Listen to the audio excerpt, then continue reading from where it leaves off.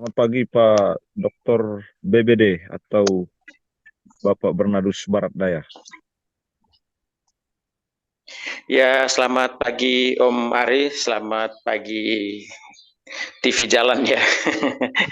Semoga sehat-sehat. Di jalanan, kita di pinggir jalan saja. Ya, ya. Kan namanya juga TV Jalan, jadi kita di mana saja yang penting bisa on. Ya, sudah. Ini Pak BBD, sekarang sudah ramai sekarang Pilpres sudah melalui berbagai proses tahapan. Sampai hari ini sudah masuk masa kampanye. Ya, Tapi kan Dr. BBD ini tidak tertarik membahas Pilpres, lebih suka tidak tertarik membahas capresnya, lebih suka membahas cawapres. Itu kenapa, Dokter? eh ya kebetulan ya ini kan soal apa ya?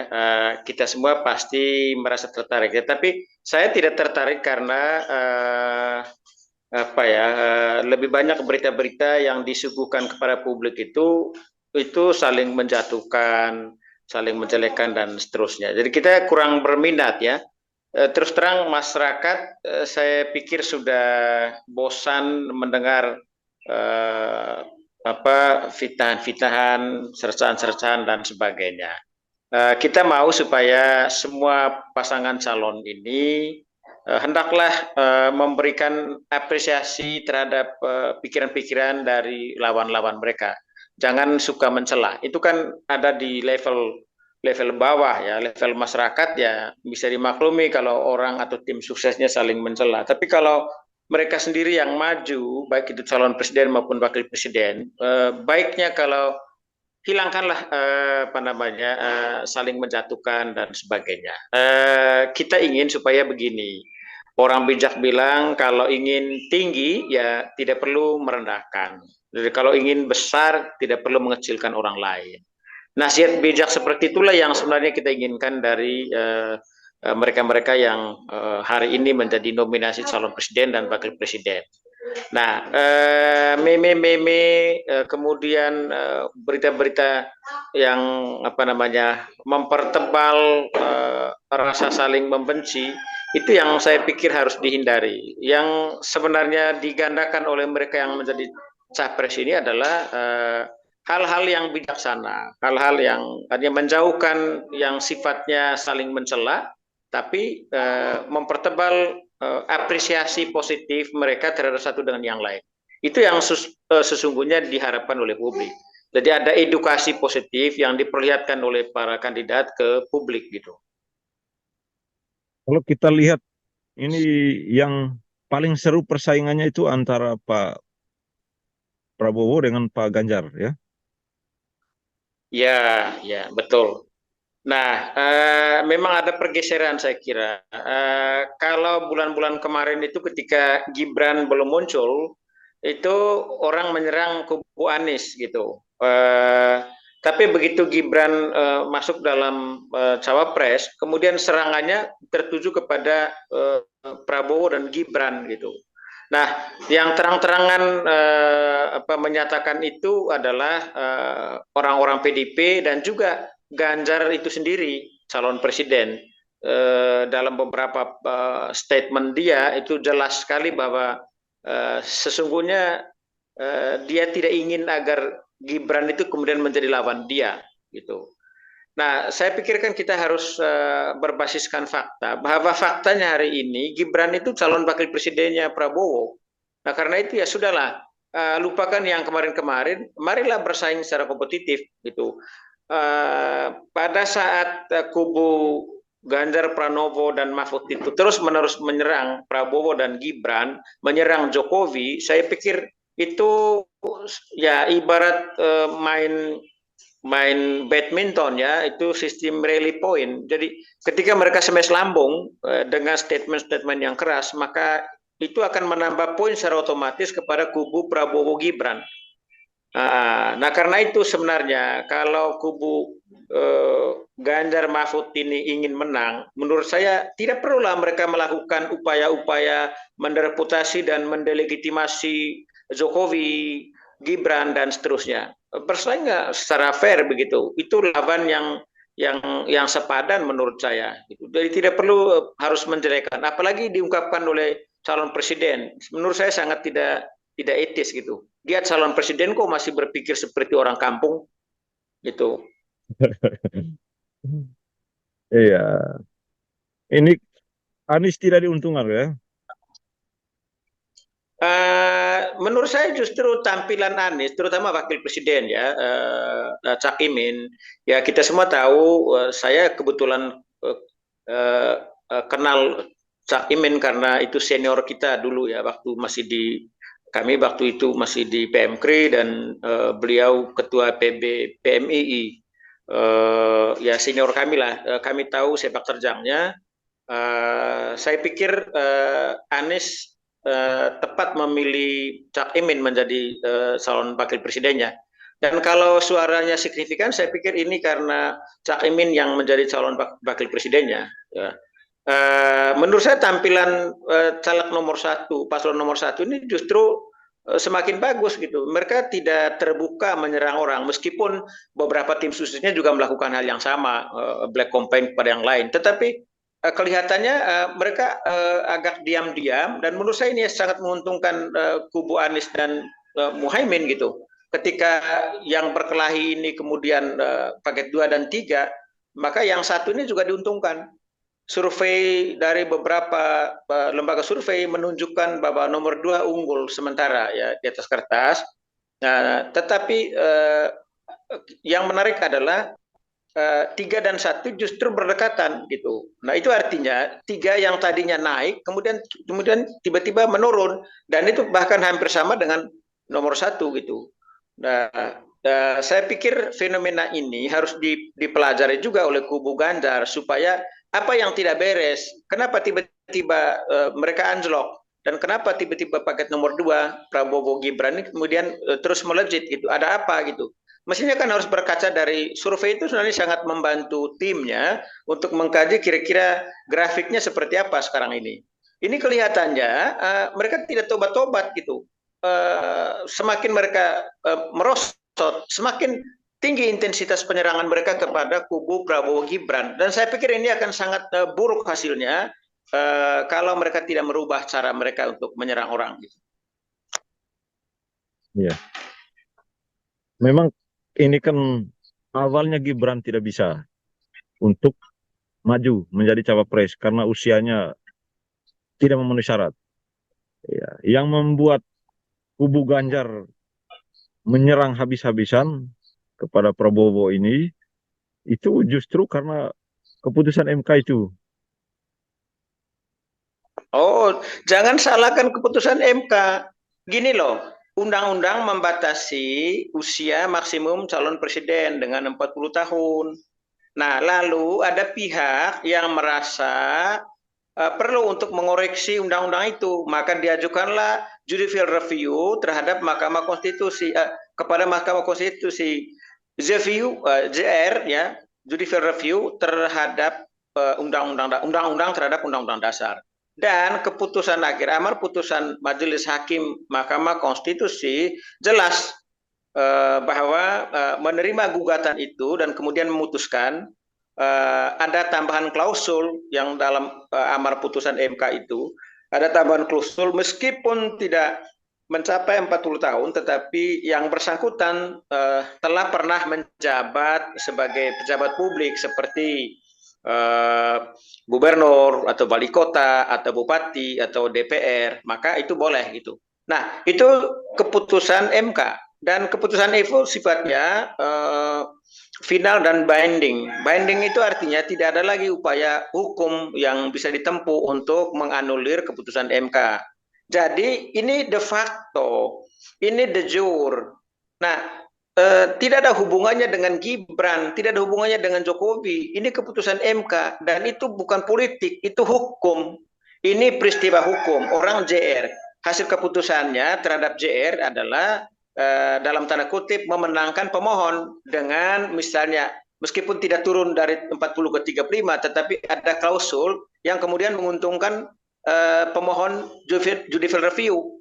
Nah, akibat tidak langsung dari itu, memang akhirnya memungkinkan Gibran untuk bisa maju, gitu loh. Tapi keputusan itu bukan semata-mata untuk mengakomodir Gibran, siapapun dia boleh. Jadi kemudian ini fakta. Ya, kenapa kita masih kembali ke situ mempersalahkan ini MK dan seterusnya? Loh, itu kan keputusan MK. MK itu bukan Usman seorang, itu terdiri dari majelis hakim yang lain. Kalau ada second opinion dari majelis hakim yang lain, kan itu persoalan internal MK. Yang diputuskan MK adalah sudah berlaku. Itu, dan apapun itu, semua warga negara harus tunduk di bawah keputusan MK itu. Karena yang memberi keleluasaan kewenangan kepada MK adalah undang-undang. Gitu. Nah, kalau mau robah itu, maka robah undang-undangnya. Undang-undang tentang apa? Undang-undang tentang kewenangan MK. Dan itu jalannya pasti panjang. Dan itu di mana tempatnya? Tempatnya di parlemen untuk merubah undang-undang itu. Bukan merubah keputusan yang sudah dibuat oleh MK. Itu tidak bisa. Karena keputusan mereka kata undang-undang final dan binding. Gitu loh. Iya, sampai Ibu Mega marah itu bukan persoalan keputusan MK-nya. Memang Gibran maju ini itu konstitusional. Tetapi ada yang dilanggar lebih tinggi dari konstitusi, yaitu etik. Sesuai dengan keputusan MK itu, bahwa terjadi pelanggaran kode etik berat oleh Ketua MK. Sampai dicopot dari jabatannya sebagai ketua. Ini yang ramai sekarang juga. Iya, itu soal lain lagi. Etik itu soal lain. Etik itu tidak ada hubungannya dengan publik. Etik itu berlaku internal MK. Jangan salah. Itu keputusan etik itu tidak berlaku untuk ini. Itu di luar perkara. Perkara itu adalah judicial review. Undang-undang terhadap undang-undang dasar diputuskan oleh MK. Dan itu sudah final. Tidak ada pengaruhnya keputusan MK itu. Dengan ini etik, itu dua hal yang berbeda. Etik itu berlaku. Dia dianggap melanggar kode etik itu. Kode etik itu berlaku untuk MK. Karena itu kode etik MK. Tolok ukur yang menilai dia melanggar etik atau tidak adalah sesuai dengan kode of conduct. Kode etik yang berlaku internal MK, tidak berlaku untuk publik. Itu dua hal yang berbeda. Yang berlaku untuk publik adalah keputusan produk hukum yang dihasilkan oleh MK. Itu yang berlaku untuk publik. Sedangkan kode etik tidak, itu berlaku untuk internal MK. Ya, masih terkait Gibran ini, saya juga awalnya merasa iri dengan Gibran sebagai anak presiden. Ya, dengan mudahnya menjadi cawapres. Ya, sekarang juga yang terakhir ini saya kita mesti iri? Ya harus berjuang jadi kepala daerah ya, kalau mau seperti Gibran.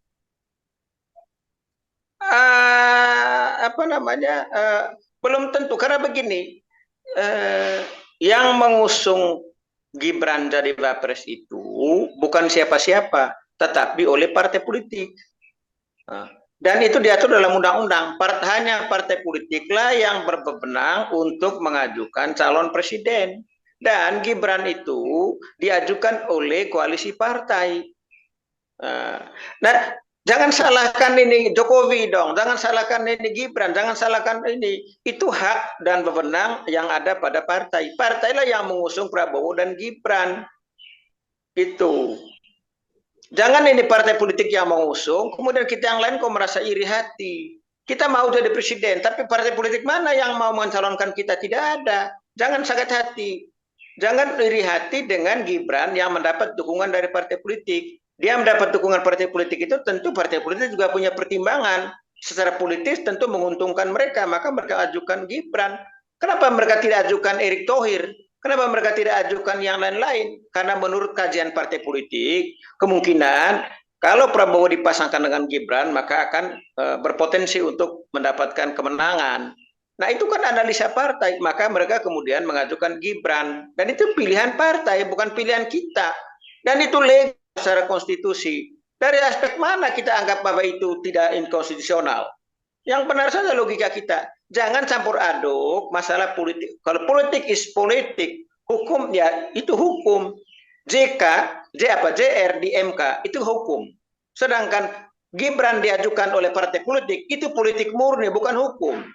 Itu dua hal yang berbeda. Jangan campur aduk antara politik dan hukum. Itu dua peristiwa yang berbeda. Meskipun saling bertautan, saling sebab akibat gitu. Karena partai politik tidak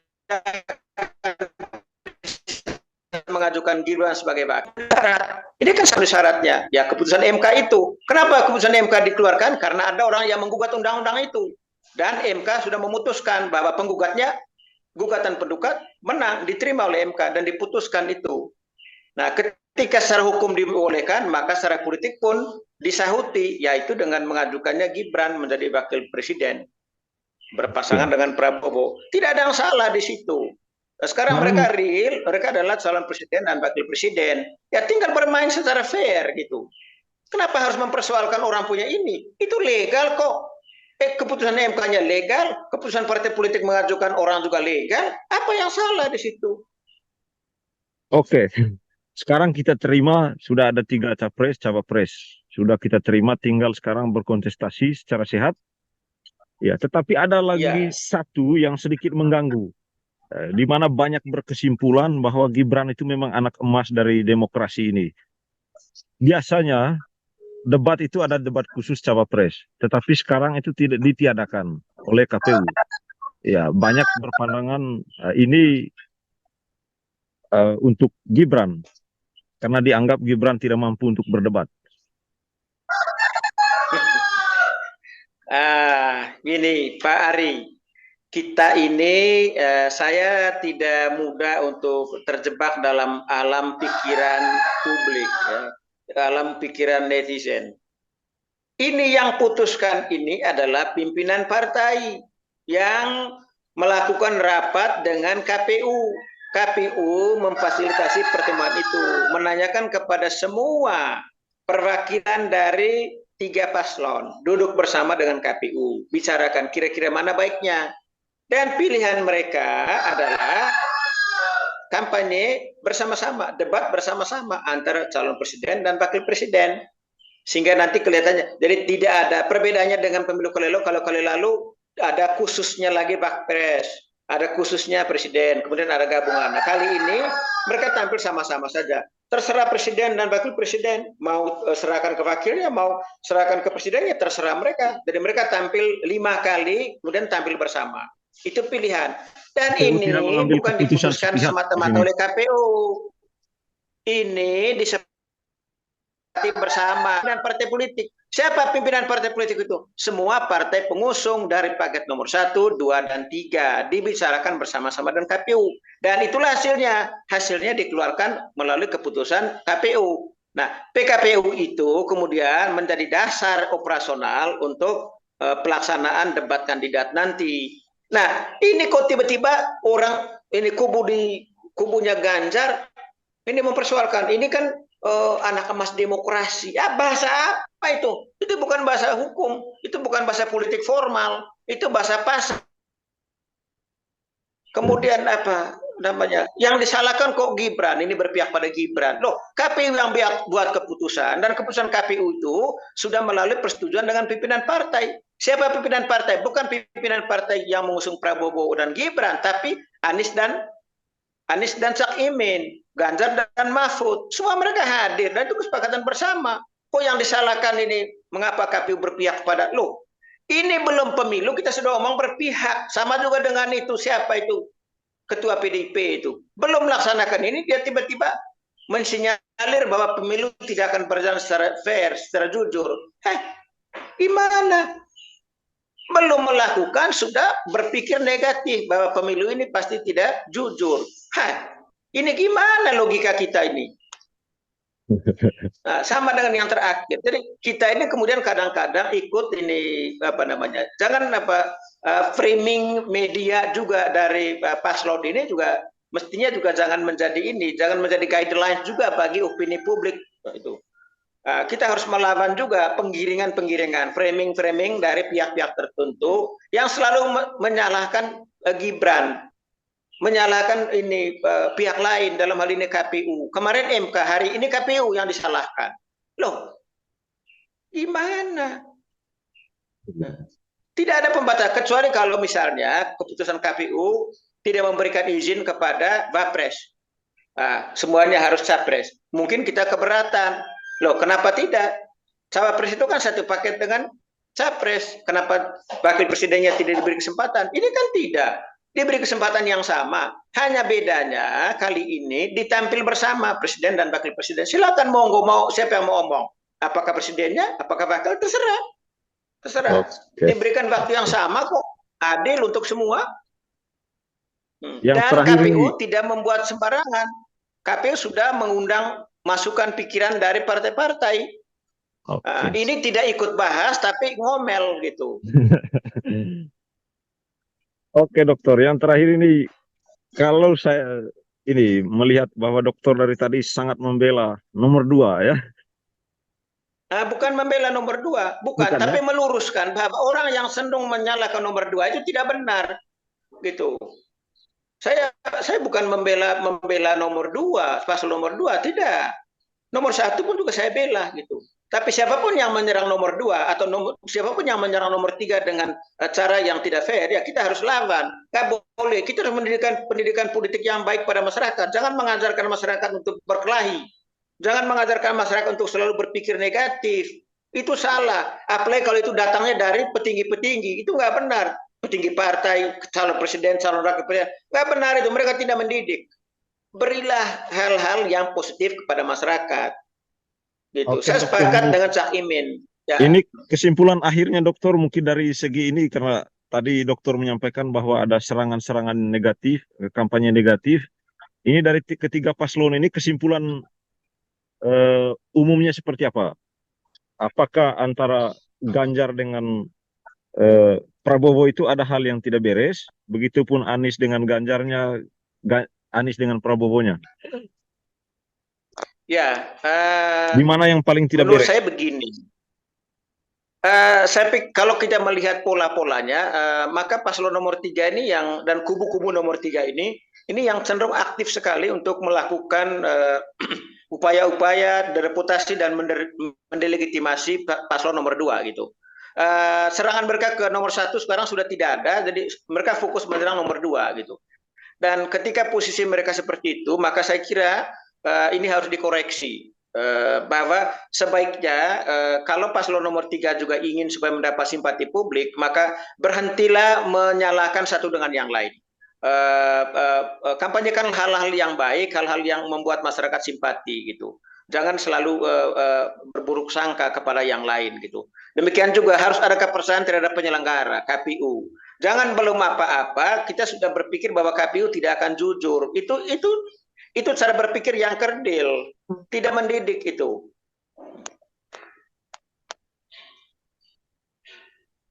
Nah, terakhir saya mau katakan begini, Omari.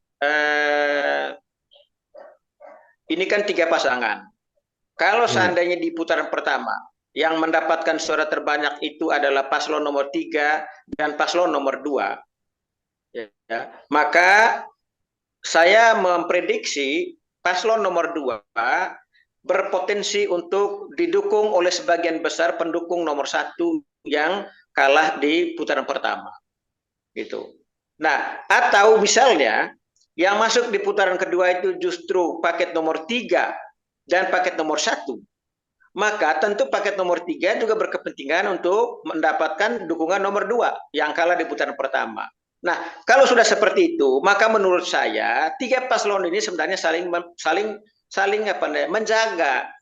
menjaga suasana supaya pada saat seperti itu nanti maka mereka tidak akan menjilat lidahnya sendiri. Nah, kalau mereka sudah buang ludah dan ingin jilat kembali dengan misalnya tiba-tiba merangkul si Gibran, merangkul si Prabowo, menurut saya itu akan ditertawakan oleh kata-kata gitu. Nah, karena itu dari sekarang cobalah bangun hubungan baik dengan semua ini. Lihatlah seperti Prabowo dengan Anies gitu, Cak Imin dengan Prabowo yang akrab dan tos segala macam. Itu kan bahasa-bahasa verbal yang saya kira enak untuk dilihat oleh masyarakat. Jangan pasang muka asam, jangan ini dengan mempropagandakan hal-hal yang keras, hal-hal yang mengancam dan seterusnya. Kenapa begitu? Ini tidak mendidik. Nah, bukankah mereka saling berkepentingan? Kemudian sejarah juga sudah, saya kira sudah paham. Kemarin itu apa kurangnya keras antara Prabowo dengan Jokowi. Tapi begitu Prabowo kalah, Jokowi merangkul Prabowo dan Prabowo oke masuk dalam kabinet. Ini kan bagus untuk bangsa. Nah, jangan inilah ngomong jangan terlalu juga apa, karena pada prinsipnya itu kita saling membutuhkan satu dengan yang lain. Jangan suka menjelek-jelekan. Nah, sejarah kita sudah mencatat itu bahwa kita sudah pernah berkawan, kemudian permusuhan, berkawan lagi. Nah, kali ini karena kandidatnya ada 3, beda kalau kali lalu kan cuma 2. Kali ini ada 3. Itu artinya 3 itu butuh 2, 2 butuh 1, dan demikian pun sebaliknya. Jadi janganlah sekarang ini ngomong berlebihan-berlebihan. Toh sebentar lagi, tinggal 2 bulan ke depan, orang yang menjelek-jelekkan satu dengan yang lain hari ini pasti akan saling merangkul. Nah, itu pasti. Mengapa? Karena secara kepentingan politik mereka pasti dan harus merangkul satu dengan yang lain kalau mereka mau menang. Nah, jangan sampai nanti si Ganjar datangi Gibran dan ini bertekuk lutut kepada Gibran untuk minta dukungan. Kalau seandainya yang maju itu, yang menang di putaran pertama itu 3 dan 1. Begitu loh. Maka itu janganlah ini terlalu mengeksplor hal-hal yang negatif. Gitu. Karena pada dasarnya 3 paslon ini saling membutuhkan pada waktunya. Itu. Betul, dokter. Begitu, Omar. Kita juga harus berpikir jangka panjang juga, saran terutama yang sangat menyerang ya. Jangan terlalu menyerang lawannya juga, karena ada saatnya nanti kalau putaran kedua pasti akan mencari-cari dukungan juga. Iya, pasti Omar, pasti. Jadi bermainlah seperti Anies dan Prabowo, Caimin dan Prabowo ya. Iya, betul. Jadi santai, kemudian baku peluk dan apa, kan enak ditonton oleh publik begitu. Nah, apalagi kan pada prinsipnya 3 dan 2 itu kan 2 dalam arti terutama ya Gibran. Bukankah mereka dari satu kubu gitu? Ini apa ininya? Kemudian Gibran itu terus terang itu juga ini kan baru pertama kali dalam politik Indonesia bagaimana anak muda itu bisa ada di level itu gitu. Perlu diingat ada banyak orang-orang muda juga yang punya visi, yang punya mimpi. Tapi kan mimpi itu terganjal dengan banyak soal. Nah, kebetulan si Gibran ini kebetulan ya dia anak Presiden Jokowi kebetulan. Dan kalau kita lihat juga kemampuan Gibran, tetap jadi cawapres juga. Iya kan AHY juga ingin jadi cawapres, tapi kan tidak bisa, tidak ada partai pengusung yang majukan dia. Ini kebetulan Gibrannya didukung oleh partai politik. Kalau partai politik tidak mau dukung Gibran, tidak mungkin Gibran jadi calon wakil presiden, nggak mungkin, meskipun dia anak presiden. Itu dari jadi saya mau katakan begini, alam itu mendukung si Gibran itu karena apapun yang di ini itu jadinya ini itu connect dengan ini. Nah, ketika dia maju ya umur masih sangat belia, ini juga baru pertama kali di Indonesia di zaman demokrasi ini ada anak muda yang nyelonong gitu, ada di posisi puncak merebut kekuasaan. Kita mau lihat seperti apa kira-kira kalau yang kemudian misalnya yang terpilih itu nomor 2, itu artinya Gibran jadi wakil presiden. Kita mau lihat kira-kira seperti apa gaya anak muda dikawinkan dengan orang tua. Prabowo ini kan sudah sepuh. Nah, kita juga mau lihat model seperti itu. Oke, dokter. Nah, tidak ada yang salah gitu. Jangan juga pikir begini, seolah-olah yang mampu menjadi presiden itu hanya Ganjar. Yang pas untuk jadi wakil presiden itu hanya Mahfud. Terus Prabowo tidak bisa, Gibran anak muda tidak tahu apa-apa. Jadi presiden itu bukan karena pengalaman. Negara ini punya sistem, ini negara besar. Presiden itu hanya mandor, semua sistem sudah ada. Gitu. Jadi jangan anggap remeh orang gitu loh. Oke, baik dokter, menarik diskusinya. Nanti kita akan lanjutkan di diskusi-diskusi di lain waktu. Kalau ada perkembangan lagi, perkembangan terakhir sampai sekarang yang masih diributkan tadi terkait dengan debat cawapres yang ditiadakan. Ya, dan sudah dijawab ternyata itu adalah kesepakatan dengan pimpinan-pimpinan partai politik, tim ses dari ketiga capres ini. Oke, baik dokter. Artinya sebelum KPU mengeluarkan itu dalam PKPU itu sudah melalui kesepakatan bersama dengan pimpinan partai pengusung. Oke, baik. Terima kasih dokter atas waktunya hari Terima ini. kasih Pak Hari, Oke, terima kasih nanti banyak sudah kita memberi lanjutkan lagi. kepercayaan untuk bisa berkomentar pagi ini. Yuk, Oke. terima kasih Om Ari.